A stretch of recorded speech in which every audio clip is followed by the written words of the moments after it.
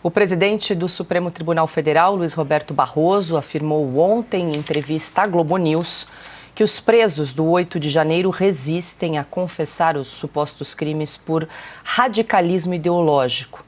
Segundo o ministro, 2/3 dos envolvidos no protesto rejeitaram a alternativa que suspenderia a pena e preferiram a condenação. Mas até pouco tempo atrás, mais da metade das pessoas tinha recusado esse acordo de não persecução penal. Apenas para desmistificar a ideia de que nós estamos lidando com ambulantes ou com a costureira que veio a Brasília invadir. São pessoas que têm um radicalismo ideológico a ponto de preferirem a condenação a aceitarem o acordo de não persecução penal em bases bastante leves. Portanto, há uma dimensão de postura de radicalidade que desmistifica um pouco a suposta inocência ou ingenuidade das pessoas que praticaram atos bárbaros de violência. No caso dos réus do 8 de janeiro, o acordo de não persecução penal foi oferecido apenas a quem participou das manifestações no quartel-general do Exército em Brasília. Em troca, os condenados teriam de pagar uma multa no valor de R$5 mil, não usar as redes sociais e fazer um curso do Ministério Público sobre democracia. Silvio, começamos essa rodada aí com você para tentar entender o que disse o ministro Luiz Roberto Barroso. O ministro disse que os réus que não aceitaram os acordos preferiram a condenação, mas também prefeririam ter direito a um devido processo legal que não lhes foi assegurado. Perfeitamente. Agora, não tem muito mistério, né? O ministro Luiz Roberto Barroso não consegue separar, distinguir a honra, o que é honra, do que é radicalismo ideológico na cabeça dele. Uma pessoa que não quer assumir um crime que não cometeu, porque o ministro Luiz Roberto Barroso, os seus pares e, no caso, a Procuradoria-Geral da República, que é quem a oferece esse acordo de não persecução penal, que é basicamente, como você disse, assumir crimes, pagar uma multa e ainda ter de passar, aí sim, por uma doutrinação ideológica, um curso sobre o que é democracia. Quem vai ministrar esse curso? Aliás, sabemos, a Revista Oeste já produziu conteúdo sobre isso, mostrando com todas as letras que ali sim é uma espécie de doutrinação ideológica de esquerda.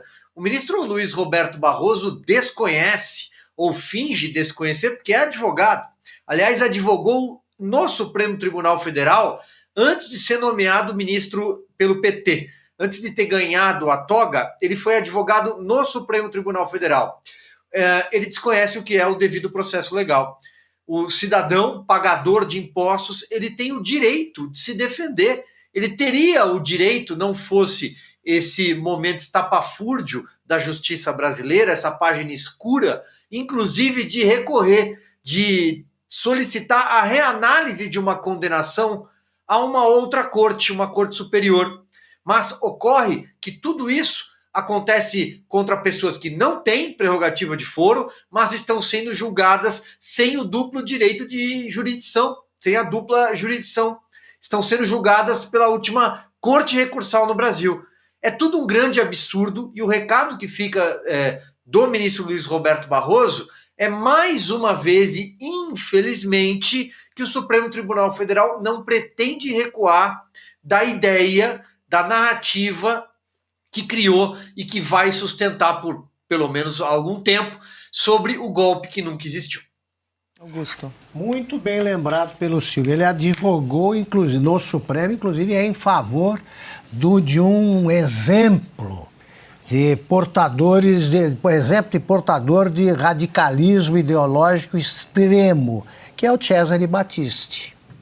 O Barroso, ele foi um bom advogado, visto por esse ângulo. Ele defendia qualquer bandido com a maior convicção.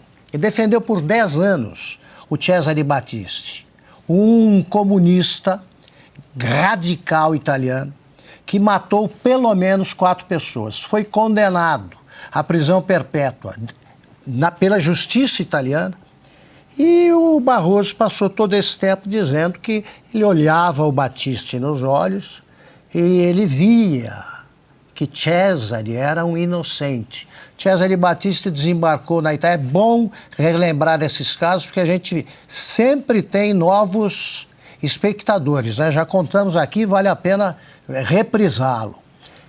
O Cesare Battisti foi finalmente deportado para a Itália, expatriado, e lá, mas no aeroporto, ele já confessou que era culpado e está cumprindo a sua pena. O advogado, o comportamento do advogado Barroso mostra que não existe um juiz Barroso, ele não sabe julgar. Ele continua advogando. Neste caso, agora, é em favor do Supremo. Quer defender um acordo em que você assume crimes que não cometeu para ficar em meia liberdade, frequentando esses cursos ridículos e, eventualmente, usando tornozeleira. Eles não... O Alexandre de Moraes é incapaz de libertar e o ministro Barroso defende o juiz que não é juiz ao seu lado. Então ele está advogando agora em favor do Supremo. Não tem preparo para ser ministro e não tem, muito menos, para ser presidente do tribunal, do Supremo Tribunal Federal. Vejam como estamos.